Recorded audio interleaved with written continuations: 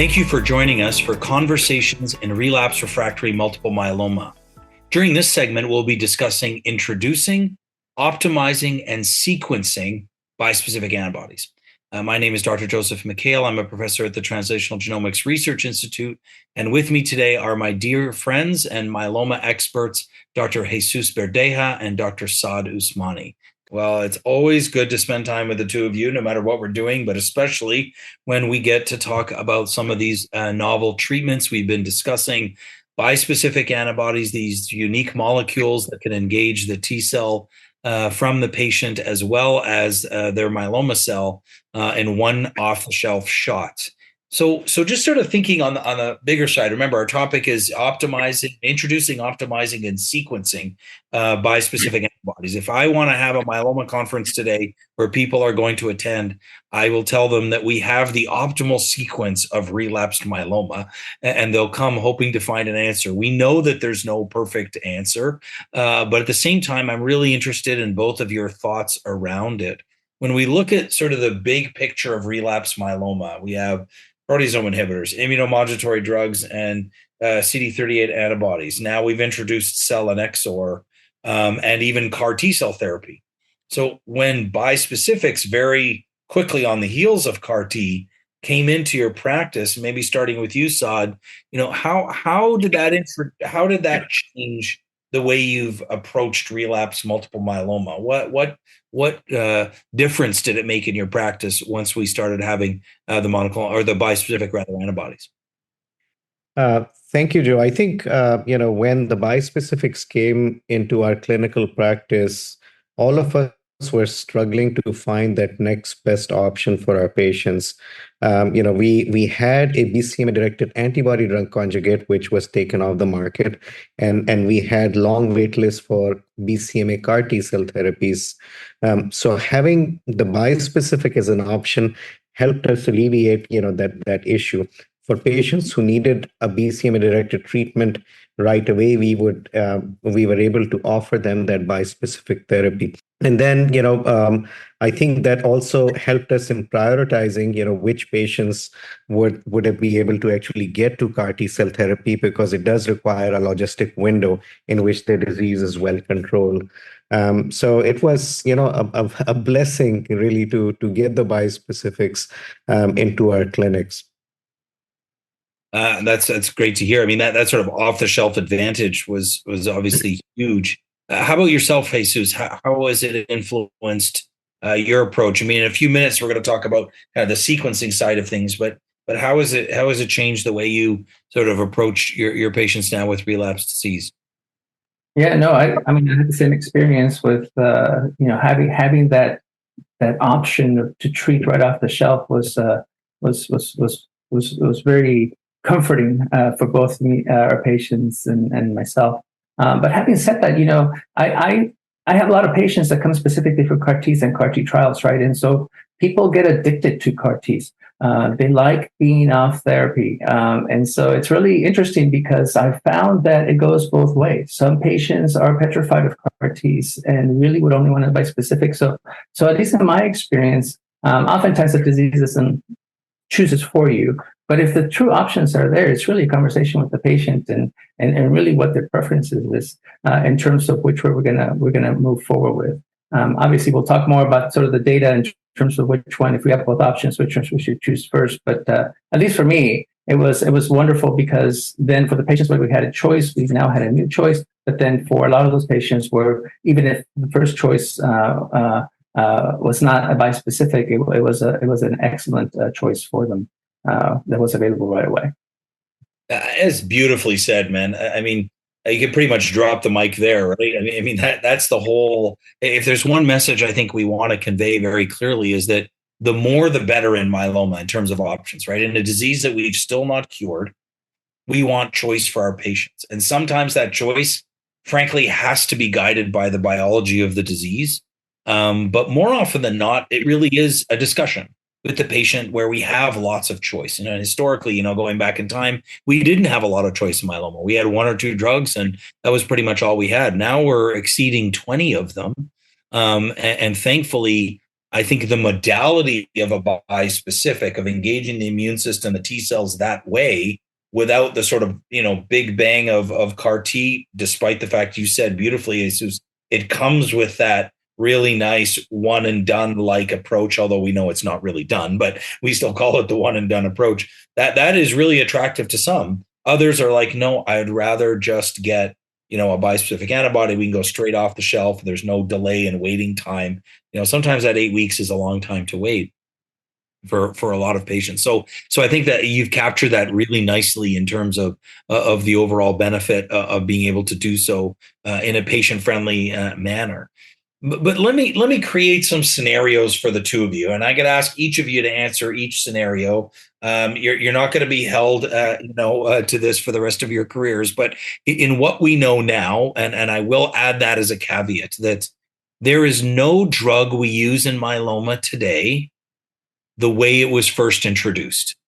Right. I mean, it got its invitation to the party, but then inevitably there was a change. Right. And so, when I look at, we used to give bortezomib IV twice weekly. We used to give carfilzomib once weekly or twice weekly. Selinexor we gave twice weekly. Now we give basically those drugs always once weekly. We used to give drugs at much higher doses, now typically lower doses. And in all of those examples, daratumumab IV to sub-Q, we're trying to increase efficacy and reduce toxicity at the same time. I think we're still in our learning curve of bispecifics. So I'll put that caveat off the start so that people, the tens of thousands of people participating in this educational activity and who will be listening are not going to hold Berdeja to his choice. But nonetheless, I do want you guys to try and commit a little bit in each of these scenarios. So let's start with the most common, if you will, scenario in a patient who is triple class refractory, who's met the criteria that way. We'll come back to how many lines of therapy they've had later, but just someone who has never seen a BCMA targeted agent. What is your favored thinking in that patient, all things being equal? Maybe we'll start with you, Saad. Would you go to CAR T? Would you go to bispecific? Would you go to belantamab as an antibody drug conjugate? What's your general thinking there? So, part of this will obviously depend on, patients, age a little bit and whether, they're CAR eligible or not. But if this was utopia and access was not an issue and doesn't matter where the patient is geographically, they can get access to CARs, I would favor a BCMA-directed CAR T. Only, because, it's a little labor intensive early on, but then it provides patients a drug-free period where their quality of life really gets better. And so, that is the reason why I would pick a CAR T cell therapy for that kind of patient. That's fair statement. Jesus, what's your thought about that BCMA naive, as it were, patient? Yeah, so I have to say I'm struck by the data from CARTIC-2. Was it 2 cohort C, I think, that showed that with cilta-cel in patients who've had a prior ADC therapy, both a bispecific or an ADC, the response rate was still reasonable, about 60%, but the PFS was down to about 5 months or 9 months, depending on which therapy was given before. Compare that to CARTIC-2-1, where the PFS was almost 3 years. So I think given that, now granted, tiny numbers, we have very little experience, and again, these patients are all very refractory, and we may be giving things differently. I think given that, I think if we have both options, I would also give a CAR T before a bispecific. And I think, while we're just on that, well, actually, we'll come back to that because I would like to explore this whole sequencing overall as opposed to an individual case. But let's take on that notion. So let's say that same patient ends up getting a CAR T cell therapy, whether it's one of the two that are commercially available now, ide-cel or cilta-cel. So that patient clearly has had 4 lines of therapy, and now they've had a CAR T. So they had that one and done, as it were. And sadly, as we know, despite the fact that they have prolonged remissions, they've now relapsed. what would be your next step? And this time I'll start with you, Jesus. What are you going to do? Are you going to go with teclistamab, with talquetamab, with elranatamab? Do you have a favor between them? What's your rationale and your thinking of sequence? Yeah, I think that's unfortunately that's becoming a much more common scenario these days, right? So, and I think it really depends on how long ago was the the BCMA therapy given. So, there is data that perhaps sort of patients coming right off a BCMA therapy are going to be much more refractory to another BCMA therapy versus a patient that maybe has received the therapy 2 years prior and now is progressing where they might still be sensitive. And so in that scenario, I think going with a BCMA bispecific is fine. So either teclistamab or elranatamab. I think there is, if there is a concern that BCMA has been lost, I think that's when you might switch the antigen talquetamab. But given the toxicity profiles, truthfully, I probably would favor a BCMA bispecific in that scenario with a very long duration of the prior BCMA therapy. Gotcha. Saad, so you heard he's comfortable going to BCMA if there's been a longer remission to the CAR. Is that how you approach it as well, or do you see it a bit differently? I would actually, so I agree with Jesus's, approach, and I would just, add, some important biologic information, around BCMA. So, what we typically see with those patients, who progress very quickly after BCMA CAR is they probably had BCM mutations. And if that's the case, then, challenging them with a BCMA-directed therapy doesn't make sense, and going to a GPRC5D or another, small molecule, offering them a clinical trial, would make sense. But, if the relapse is happening after, say a median of, I don't know, 9-12 months after receiving CAR T, and the patients do have BCM expression, then yes, I would be comfortable utilizing a bispecific, BCMA-directed bispecific antibody in that case. There's some real-world data to actually support some of that as well. And there'll be more that, data on that end that will be emerging, later this year.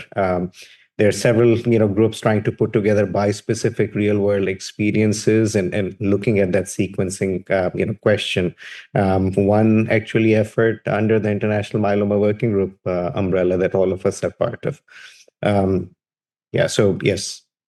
Yeah, I think that'll be really helpful, and whether or not there is a easily commercially available way to test someone's BCMA expression, I think with time will be helpful. Well, Jesus, what if someone is coming off belantamab? Do you look at it differently if they had a CAR T versus an antibody drug conjugate? Are you willing to go BCMA to BCMA after belantamab? Yeah, no, I think that's an excellent question, or I guess you would even argue from a bispecific, right? So I think it does make a difference if you're truly refractory to a BCMA therapy versus just exposed, right? So kind of our old terminology for the prior therapies, using it for BCMA therapies. That's kind of how I see CAR T versus the ongoing therapies. So if you truly are refractory to BCMA therapy, again, with that not knowing whether BCMA is still expressed or what mutations may have developed, I would be more comfortable switching antigens, and I would go with talquetamab at that point. And what, Saad, if it were not belantamab but another BCMA agent? Do you agree with Jesus? So let's say someone is now progressing on to teclistamab or elranatamab. Are you comfortable going to CAR T, or would you prefer to go to talquetamab? So, what we've observed is patients, who are on bispecific antibodies, and we try to collect their T cells for CAR T manufacturing. Many times we are not successful, because the T cell health is not great and we have manufacturing failure. So giving a break and trying something else before, attempting a T cell collection or apheresis, is better from that standpoint. And for all of us, that's the reason why, even if, now that we have the bispecifics and we're thinking about maybe bridging our patients with bispecifics, we prefer collecting their T cells before we give a bispecific antibody to them. That's just my general approach. I put them in that same category as, giving an alkylator like bendamustine, before trying to collect them. Yeah, no, I think you both captured it so well. So what I'm hearing from both of you is, that conversation with the patient is always important because we have choice. If we do have unlimited options, we tend to favor going from a CAR T approach then to a bispecific because of the interval of opportunity of leaving the T cells less engaged. But we do have evidence. I will say we do have data. Patients have gone from one BCMA to another and have had success, especially with these high response rate like therapies. But hopefully in the future, we'll have more data to guide us around what measures we could have that will dictate one versus the other. Well, I want to thank our two eminent speakers here for their great conversation and great insight on a complicated topic that I know has a lot of differing opinions. And thank you as an audience for joining us on introducing, optimizing, and sequencing bispecific antibodies. Please be sure to click on the landing page for this activity to claim either your AMA, ANCC, AC, or ACPE credit. You can also access the downloadable slides as well as other topics, segments, and case scenarios that are available to you. So thanks again for your attention.